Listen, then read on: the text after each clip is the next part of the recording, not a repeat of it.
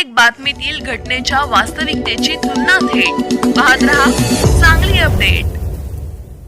गोवावरून पंढरपूरकडे निघालेल्या वारकऱ्यांच्या उभे असलेल्या वॅगनर गाडीला पाठीमागून इनोवा क्रिस्टा या गाडीने जोरदार धडक मारल्याने वॅगनर गाडीतील एक महिला जागीच ठार झाली असून या गाडीतील 3 जण गंभीर जखमी झाले आहेत। गौरी कुडतरकर, वय वर्ष 60, रेवडा, उत्तर गोवा असे मयत महिलेचे नाव आहे।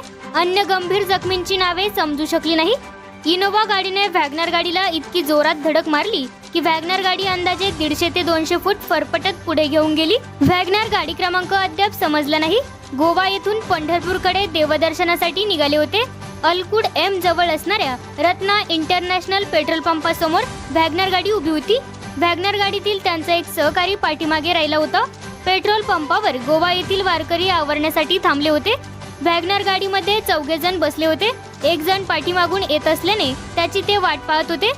या दरम्यान पाठीमागून मिरजहून पंढरपूरकडे निघालेली इनोवा क्रिस्टा गाडी क्रमांक TS07 JL 3339 या गाडीने वॅगनर गाडीला पाठीमागून जोरदार धडक दिली। इनोवा आणि वॅगनर गाडीला धडक इतकी जोरात मारली की सुमारे 150 फूट वॅगनर गाडीला इनोवाने फरफटत नेले।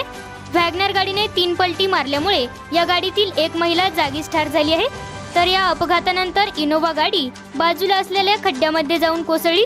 इनोवा गाडीतील तरुणांना पोलिसांनी ताब्यात घेतले असल्याचे समजते। इनोवा गाडीतील कोणी जखमी झाले की नाही हे समजू शकले नाही।